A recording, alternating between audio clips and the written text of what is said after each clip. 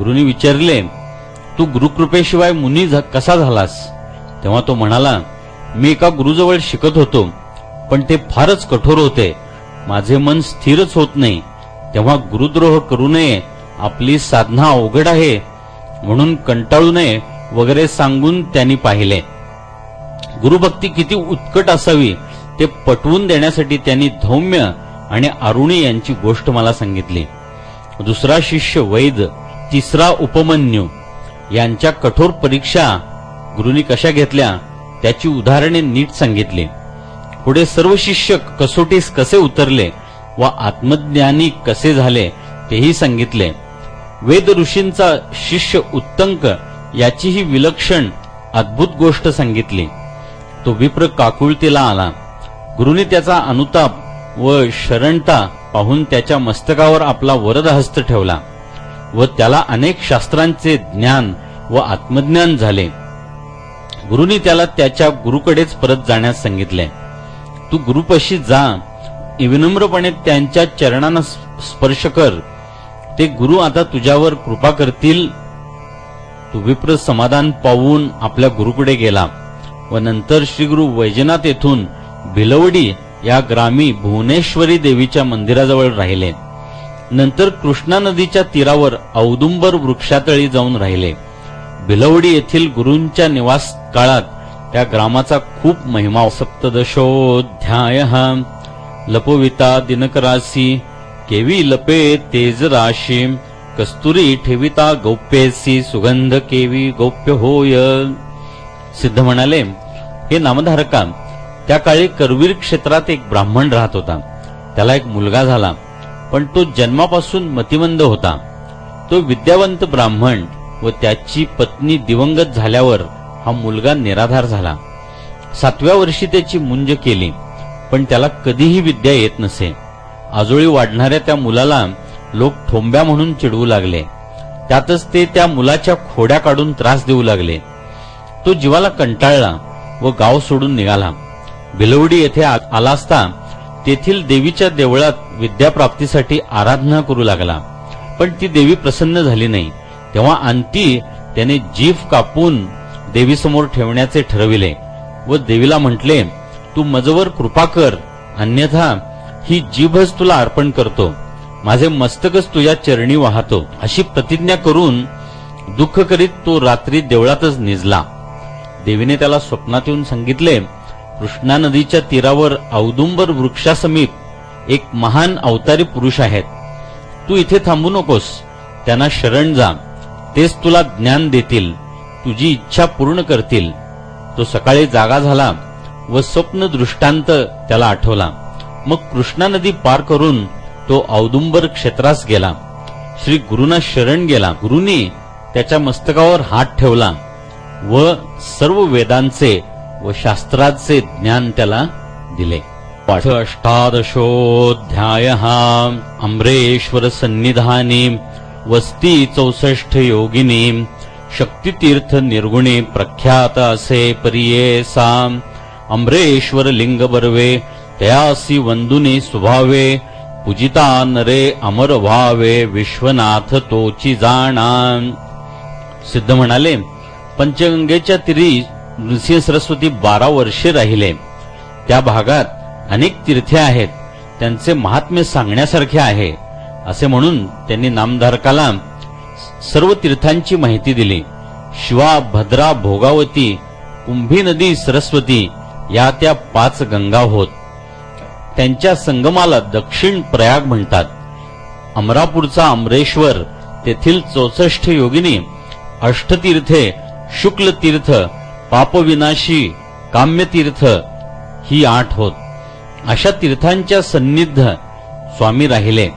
एकदा अमरापूर ग्रामात ते भिक्षा मागावयास गेले, तेव्हा एका सुक्षिन नावाच्या ब्राह्मणाच्या दारी गेले. तो ब्राह्मण गरीब होता.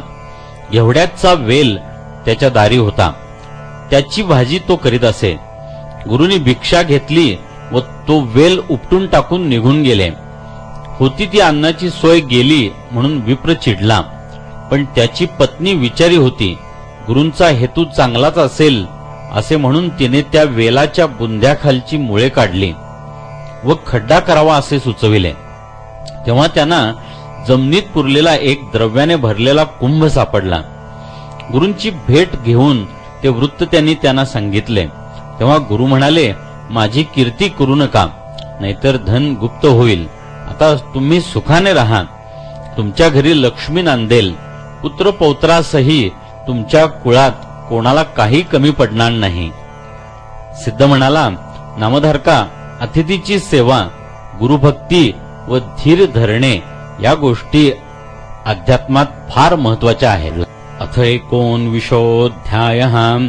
नखे करुणी दैत्यासी विदार्यले कोपेसी, आतडी काढोनिया हर्षी घालितसे माळगळा. सिद्ध म्हणाले, नृसिंह अवतारात परमेश्वराने हिरण्यकश्यपूला मारले तेव्हा त्यांच्या नखांची आग झाली. ती आग उंबराच्या फळात नखे रोवल्यामुळे शांत झाली. म्हणून उंबराच्या वृक्षाला फार मोठे महत्व आहे. देवाला औदुंबर वृक्ष याच कारणाने आवडतो. श्री गुरु उष्ण उग्र नृसिंहाचा जप करीत त्याची उष्णता बाधू नये म्हणून ते औदुंबर वृक्षाखाली बसत असत.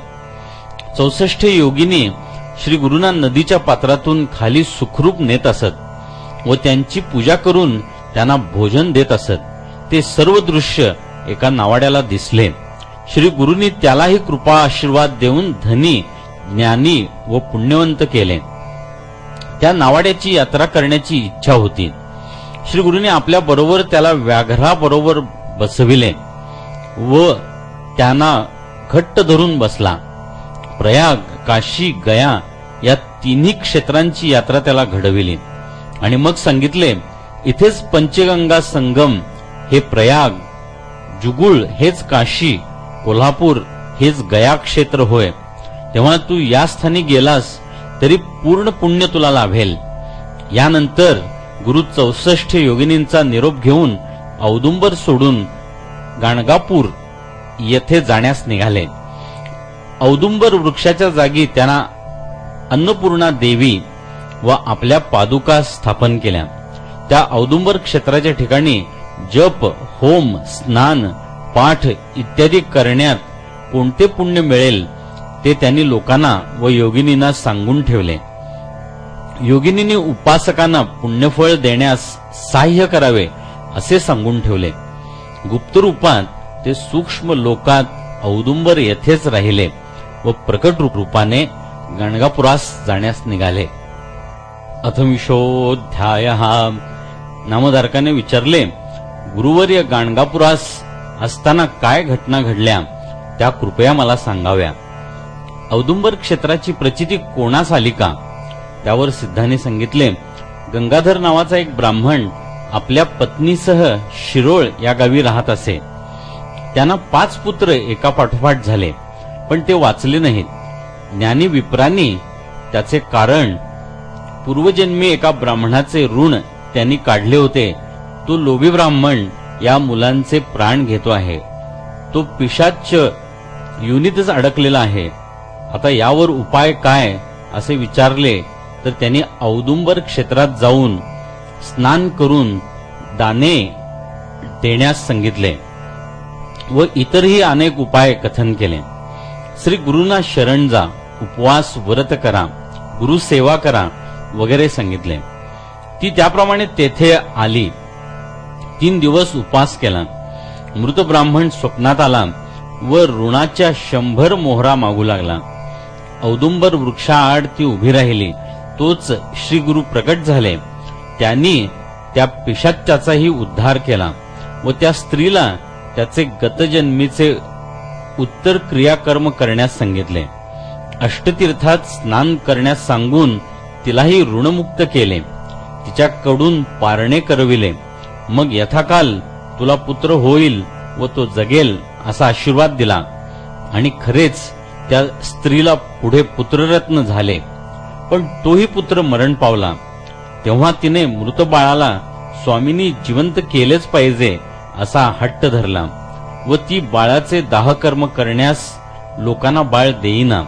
तेव्हा तेथे एक अत्यंत तेजस्वी असा ब्रह्मचारी यती आला व त्याने त्या स्त्रीचे सांत्वन करता करता तिला तत्व